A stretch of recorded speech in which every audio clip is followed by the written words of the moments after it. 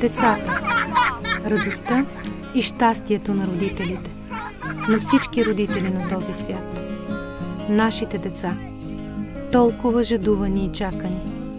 Едни са палави или кротки, други високи или ниски, трети шумни или затворени. Или такива, които не се вписват в общоприетото. Но каквито и да са децата ни, те са си нашите деца. Този филм е за нашите деца, които изискват от всички нас особена грижа. И ние сме тук, с тях, за да им я дадем. А самолетик? Искам да имам крила. Искам децата да имат вълшебен прах. Така казват децата. А специалистите по целия свят са категорични, че най-важното нещо за развитието и бъдещето на едно дете е средата, в която то расте. Специалистите от Фондация за нашите деца са убедени в по-важното, че най-важното нещо за едно дете е това то да чувства безпределната любов на родителите, особено в първите 3 години от неговото развитие.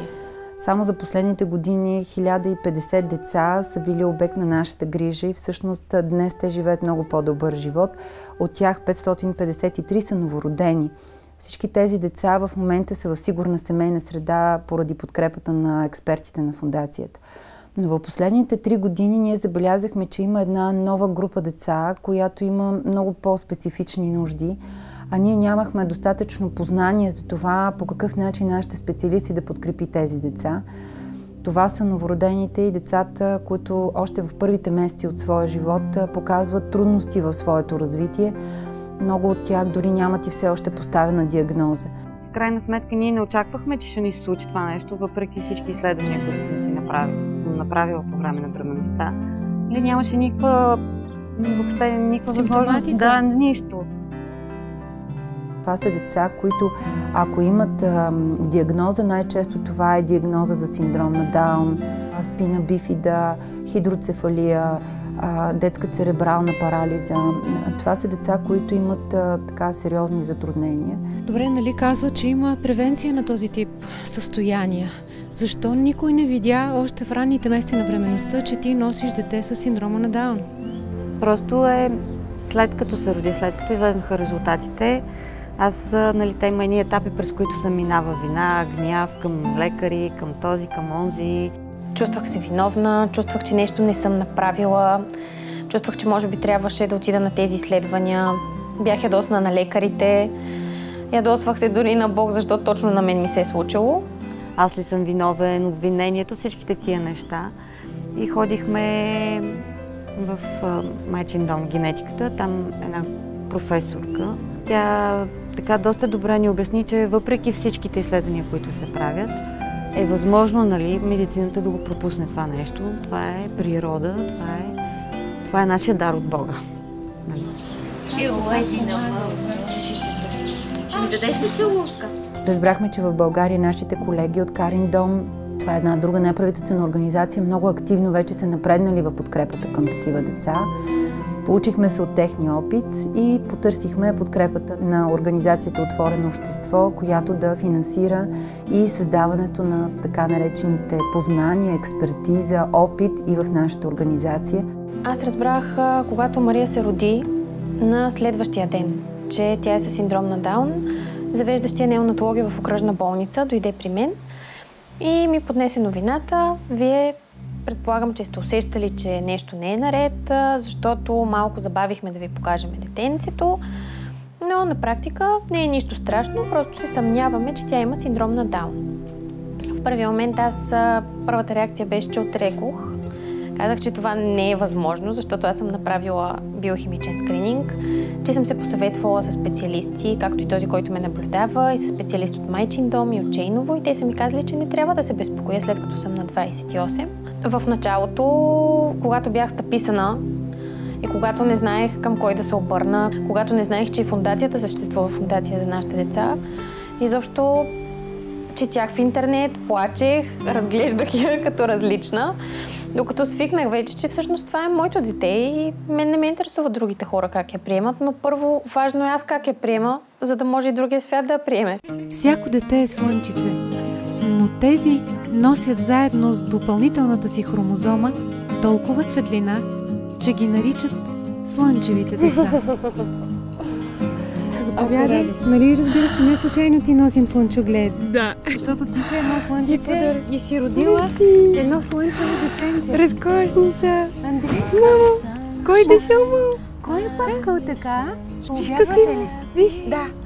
Кажи ми, прие ли вече диагнозата или по-скоро прие детето си с състоянието, което е като нещо нормално? Да, като нещо нормално. За мен тя няма специална някаква диагноза. Да, вероятно ще има някои различности. За сега ми се струва, че физически само, като че ли има някакво изоставане. Когато вече се свързах с групата, видях толкова много слънчица и толкова много истории и толкова много отворени хора. И в един момент си казах, не е нищо страшно, детето ми не е по-различно от останалите и тази една допълнителна хромозома просто я прави едно слънчице. И всъщност ние вече подкрепяме по много добър начин родителите, така че да се грижат за собствените си деца. И те в първите месеци и година от своя живот наистина да постигат повече от потенциала, който имат. Много близки мои ме насочиха.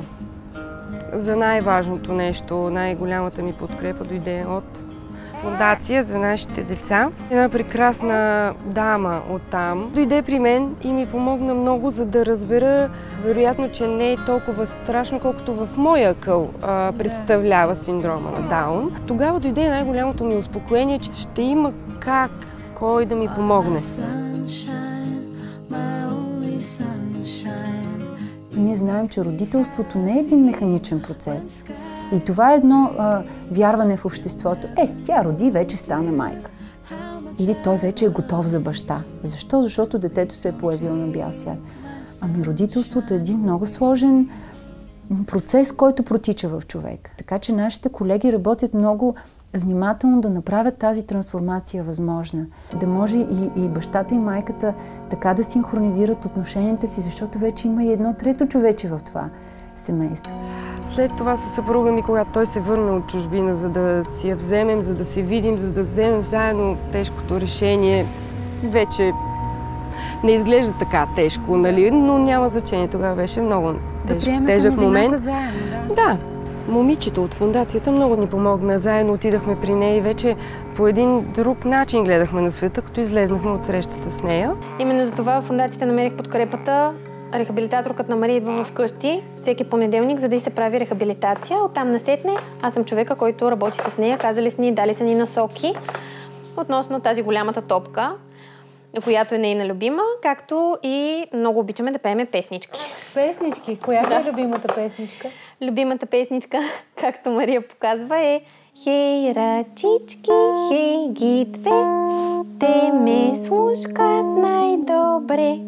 Едната ми е другата, а пък двете лицето.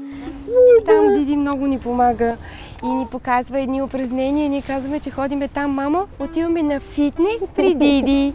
Опа!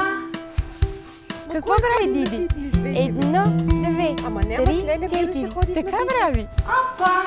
Прилагат се упражнения на различни уреди, на топка, цилиндър, които имат своите предназначения за развитие на гръбна мускулатура, коремна мускулатура, краката, дланна опора. Добре, Тази стая, Мира, преди почти 8 месеца започна рехабилитацията на Мария. Тук основно с всички тези играчки, на пръв поглед плюшковци, някои много по-обикновени, но тук се започва всеки път с 15 минути масаж и след това под формата на игра с нея се прави рехабилитация, която е много важна за мускулите.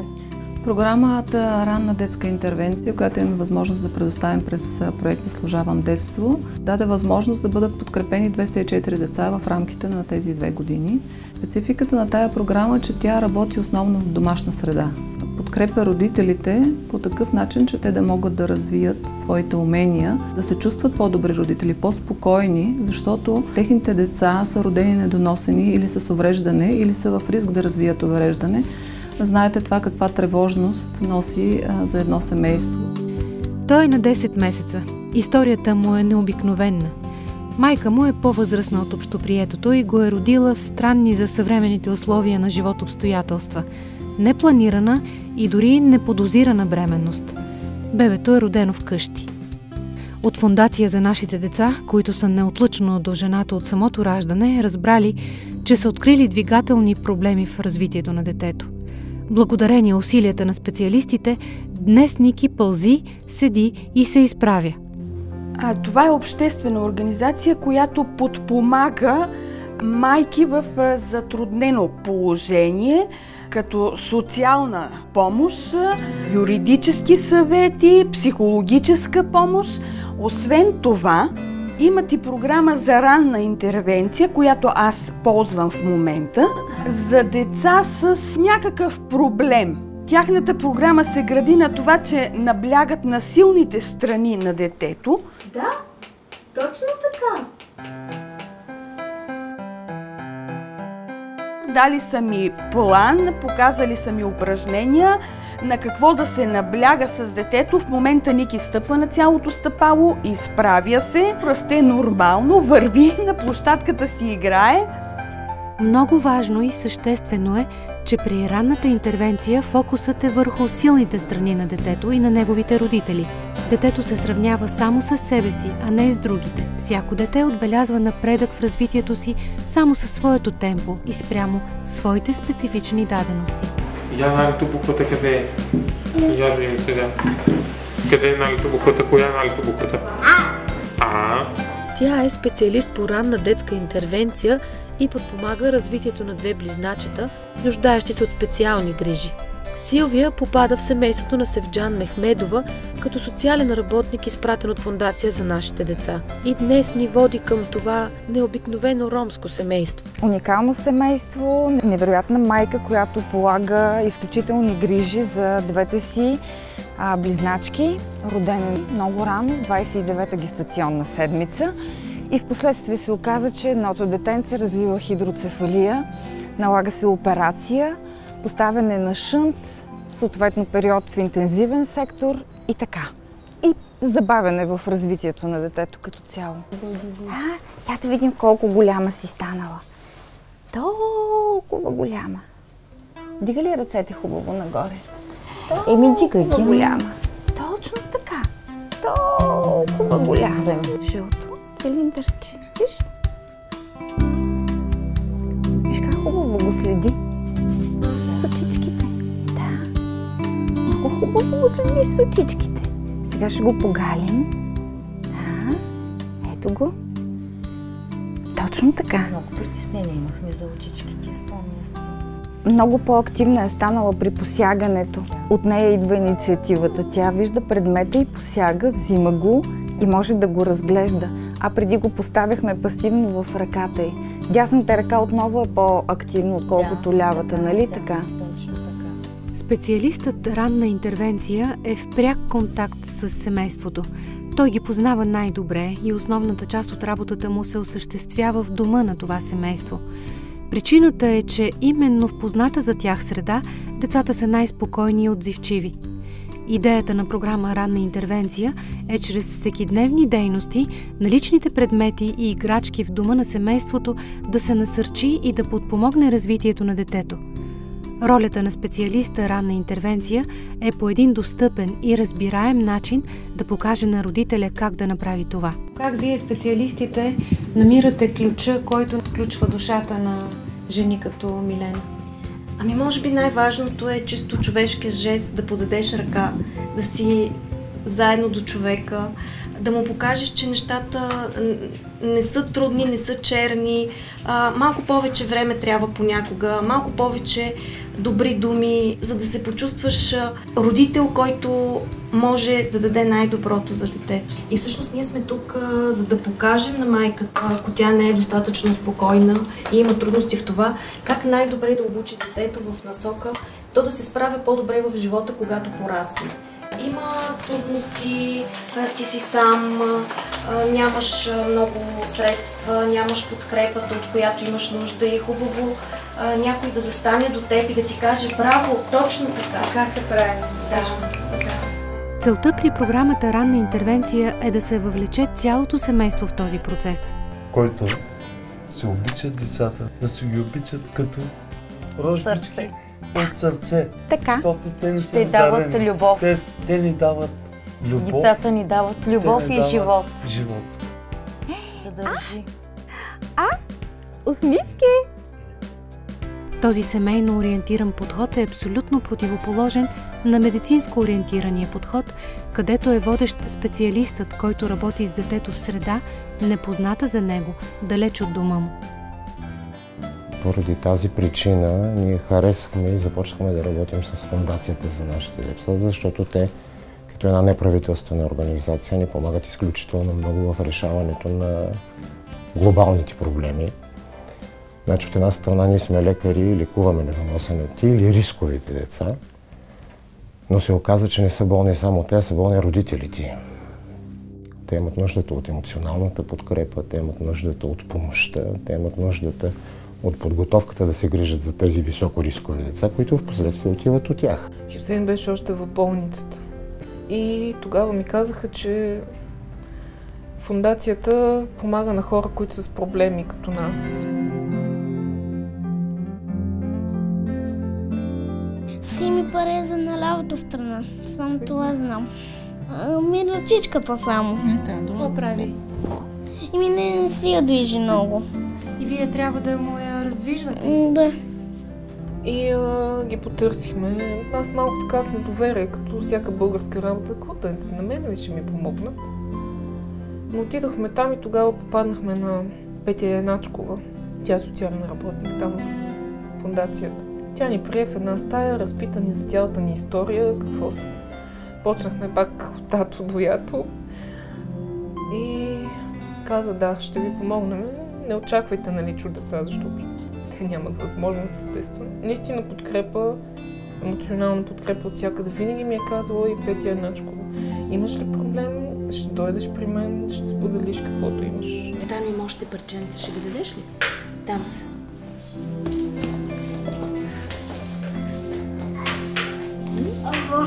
Да, ето тук.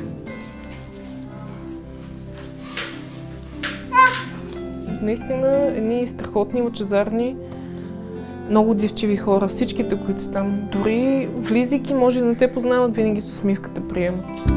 Детето трябва да е обичано, да се чувства добре, светът да е сигурно място за него, да се обръща внимание на чувствата му, да бъде стимулирано да се развива, да му се поставят граници, правила. Имаме библиотека на играчките.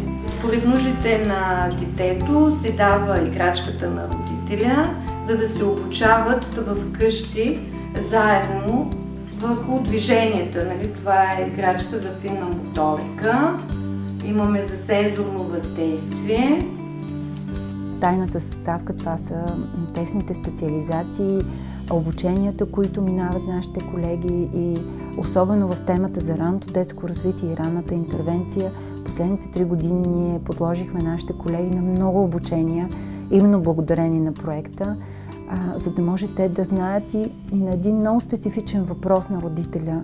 А как през деня аз да помогна на детето си да може да реагира по-добре и да чува знаците на света, ние да можем да дадем професионален отговор. Кажи ми от последната среща всъщност къде беше проблема с жиличката? Къде беше... Дясното кръче тук. Отдолу имах чувството, от вътрешната страна. Нещо дърпаше. И така стреснах се. Аз помислих, че нещо е скъсено сухожилието и затова звъннах на теб, Силви. Нямах друг избор. Всичко, нали, с вас поделям. Моите колеги вярват и дават точно това доверие и тази енергия и сила на родителите. И много често, когато аз разговарям с тези родители, те казват: добре, че беше Петя социалния работник. Аз сега знам, че и сама мога да се справя като майка. По програма Ранна интервенция, Фондация за нашите деца предоставя подкрепа за родители на деца с специални нужди. Това включва изготвяне на план за развитието на детето, домашни посещения на специалиста ранна интервенция. При необходимост той насочва семейството и към логопед или рехабилитатор. Ранната интервенция е насочена към детето, семейството и неговата социална среда. Тоест, ние подпомагаме развитието на детето чрез нашите препоръки, които отправяме към родителите. Вие много неща постигнахте заедно за тези 2 години. С вас. Благодарение заедно с вас. Да, наистина и аз. Обаче благодаря на Бога все пак. Гледала съм, имам жива и здрава голямо момиче. Все пак болно дете не съм гледала и не знаех как да се справям. Но благодарение на вас и на вашия екип, благодаря. Вашите съвети. И най-вече това, че ти си добър ученик. Много бързо възприемаш, следваш препоръките, а то е най-важното. Защото това е целта. Нашата помощ и подкрепа е да насочена към това ти да се чувстваш сигурна, да знаеш какво правиш, да знаеш как да си подредиш наистина, деня. Как да ви кажа, наистина с вас много по-сигурна се чувствам. И като че ли този индивидуален, много положителен, много насърчаващ подход, който казва ти можеш на родителите, е формулата. Я покажи баба Меца как прави сега. Как прави баба Меца? Маша как се смее на тук? Сега ли му се смее Маша, мама? А ще кажеш ли на баба Роза кравата как вика? А бъдката? Как се караме на бъди, мамо? Бъди! Чакай сега. Айде ти. Здравей! Я да натисна. Хайде пак. Хайде пак. Ето тук. Хайде пак. Точно така. Браво на теб! За света професията специалист ранна интервенция съществува от десетки години. За България тя е много нова и всъщност той комбинира различни знания от психологията, от социалната работа, от развитието на детето, за да може да ги поднесе по така добър начин и да предостави тази информация в синтезиран вид на родителите. Дори и самата държава вижда, че има нужда от помощ. В цял свят на тези деца помагат неправителствени организации. В цял свят това е доброволческо начало, което подпомага това, което държавата не може да си свърши. Не само, че не ревнуваме, а ние разбрахме, че колкото повече помагаме помежду си и използваме екстрите на различните специалности, толкова по-лесно става за всички. Много сме мислили и много сме се стремяли да съберем информацията и знанието, което сме научили, развивайки тази експертиза. Точно за това с колегите от Карин дом сме направили наръчник, който е за ранна детска интервенция, който имам шанса да държа в ръката си, който описва цялата методология за работа. Това е много нова услуга за България и е добре добрите практики да бъдат споделени. Ние сме издали достатъчно екземпляри и сме разпространили вече при доста колеги и имаме възможност да им предоставим информация за опита, който сме натрупали в изпълнение на този проект. От този момент нататък не е въпроса защо на мен, а какво мога да направя още в началото, за да мога да й помогна, ако евентуално наистина има по-бавно развитие в физически, психически, каквото и да било. Мозъка на човек се развива на 90% от своя капацитет, забележете, до първите 3 години. Което означава, че ние ако на 4 години, когато детето вече започне да изказва начина, по който се чувства и усеща света, ако чак тогава ние забележиме какъв е света за това дете и му обърнем внимание, ние ще сме изгубили първите ключови 3 години, в които ние наистина сме могли да свършим една брилянтна работа и да развиеме и мозъка на детето, разбирайте и неговия свят.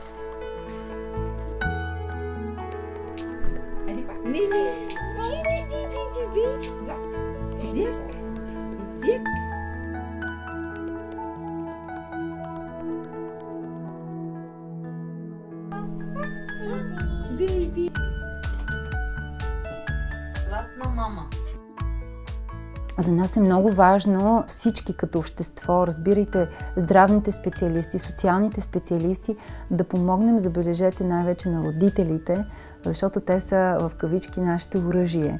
Те са ежедневно, ежечасно със своите деца, да им помогнем те да развият пълния потенциал на своето дете.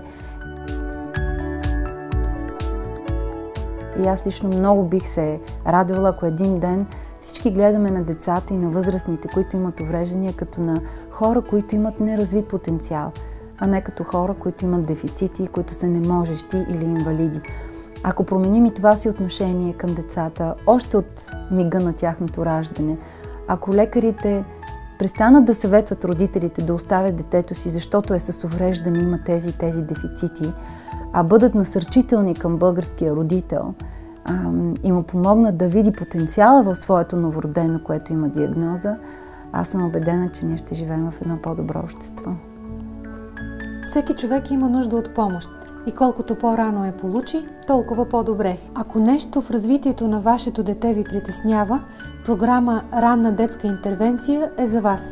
Обърнете се към специалистите от Фондация за нашите деца. И ми позволете да завърша с едно посланията на стената тук, написано от едно дете. Пожелавам ви хиляди прекрасности, слънце в очите и джобове пълни с късмет.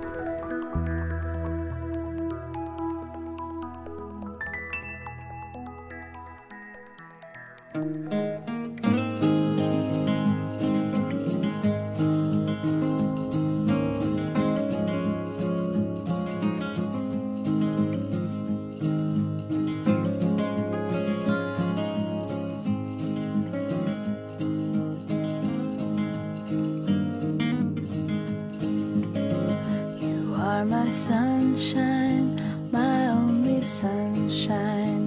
You make me happy when skies are gray.